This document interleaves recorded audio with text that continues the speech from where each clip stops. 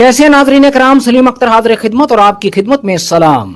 एक तरफ अवामुन नास चिल्लाने लगे हैं, शोर मचाने लगे हैं कि देखो देखो ये सब मिलकर आइन का जनाजा पढ़ाने लगे हैं और पढ़ाकर उसे दफनाने लगे हैं और उसकी कब्र पर अपनी बादशाहत का तख्त सजाने लगे हैं और ऐसा दस्तूर बनाने लगे हैं कि जिसके बाद ये जज भी खुद होंगे, वकील भी खुद होंगे, फैसला भी खुद होंगे, अपील भी खुद होंगे, मुख्तसर भी खुद होंगे, तफसील भी खुद होंगे।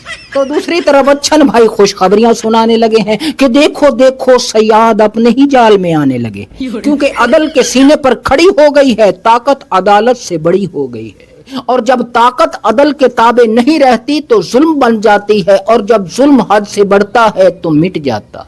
इसी बात पर मैंने अच्छन भाई को पकड़ लिया कि तुम किस जुल्म के मिटने की बात करते हो। जुल्म जैसे जैसे बढ़ रहा है, हम जुल्म सहने के आदी होते जा रहे हैं और जुल्म कानून बनता जा रहा है, मिट कहां रहा है। इसके बाद मैंने मजमे की तरफ फातिहाना नजरों से देखा और तालियां बजने का इंतजार करने लगा। तालियां बजी भी, लेकिन अच्छन भाई की गरजदार आवाज में दब गई। अच्छन भाई ने जवाब दिया, देखो जुल्म का कानून बनना तुम्हारी गुलामी की निशानी है, मगर याद रखो अवाम गुलाम हो सकते हैं, कौम गुलाम हो सकती है, मगर वक्त कभी किसी का गुलाम नहीं होता। वक्त जब बदलता है तो उसके एक इशारे से तख्तो ताज रेजा रेजा हो जाते हैं, सारी ताकतें राख हो जाती हैं, खाक हो जाती हैं, खसो खाशाक हो जाती हैं। इमारत जितनी ज्यादा ऊंची होती है उसका गिरना उतना ही जोरदार होता है, उतना ही दर्दनाक होता है।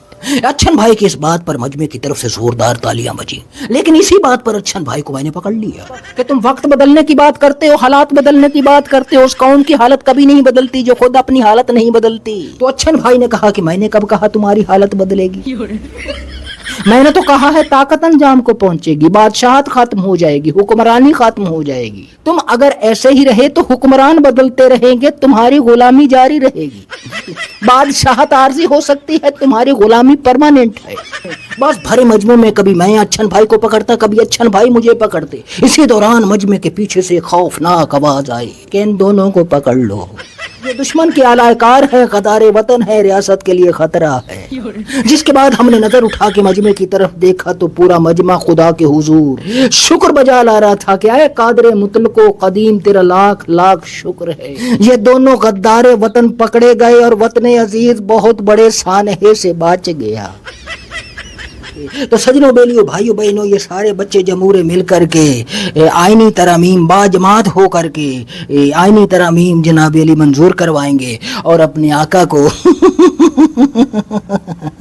हमेशा हमेशा के लिए उम्र भर के लिए बादशाहत की कुर्सी पर बैठाएंगे, तख्त पर बैठाएंगे।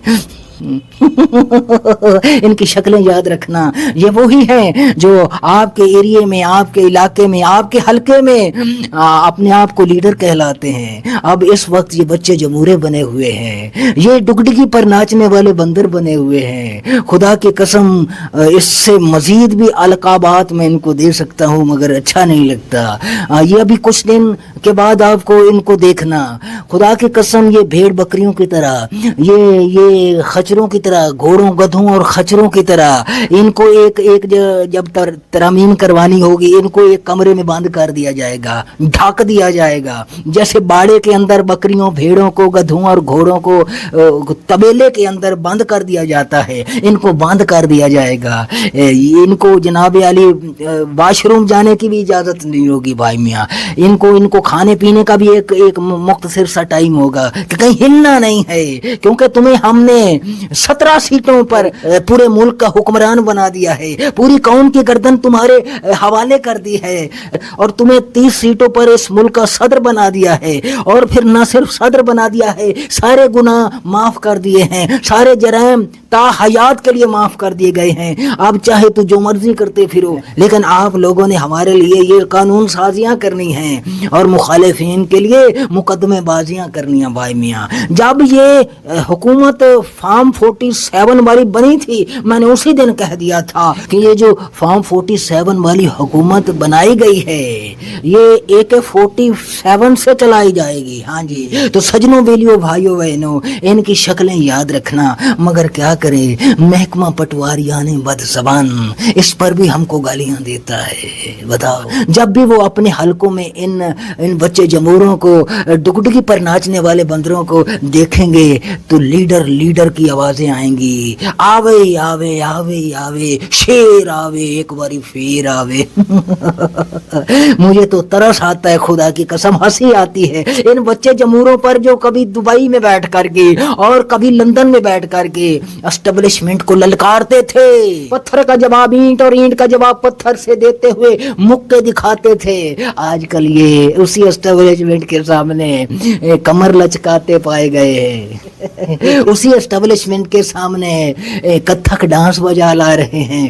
خدا کی قسم یہ سب سے بڑا جرم جو ہے قیدی نمبر 804 کا وہ یہی ہے کہ اس نے ان لیڈروں کو، جمہوریت کے دعوے داروں کو، اسٹیبلشمنٹ سے ٹکرانے والوں کو اسٹیبلشمنٹ کے سامنے اسٹیبلشمنٹ کی ڈگڈگی پر ناچنے والا بندر بنا دیا ہے۔ ان کے ایک اشارے پر یہ سارے بچے جمہورے یہ ڈگڈگی پر ناچنے والے بندر کتھک ڈانس بجا لا رہے ہیں، نئی ترمیمیں لا رہے ہیں، نئی قانون سازیاں لا رہے ہیں کہ کہیں قیدی نمبر 804 جیل سے نکل آیا تو ہمیں کھا نہ جائے۔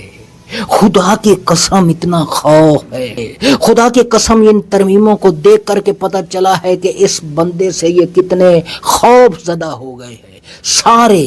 حالانکہ اس بندے کے پاس نہ کوئی ٹینک ہے، نہ کوئی توپ ہے، نہ کوئی بندوق ہے، مگر اس بندے کے سامنے عوام کی سپورٹ ہے جو ان بچے جموروں کے ساتھ نہیں ہے۔ تو سجنوں، بیلیوں، بھائیوں، بہنوں، اگر میری ویڈیو پسند آئی ہو تو اس کو لائک کرو، شیئر کرو، چینل کو سبسکرائب کرو۔ سجنوں، بیلیوں، بھائیوں، بہنوں، میں آپ کو ایک اور بات بتاؤں، انہی ولاگ کے چکر میں 3 نوکریاں گوا چکا ہوں بھائی میں، ہاں 3 نوکریاں گوا چکا ہوں۔ مجھے یہ بتاؤ، آپ ایسی قوم کے لیے مطلب آواز اٹھائے بندہ،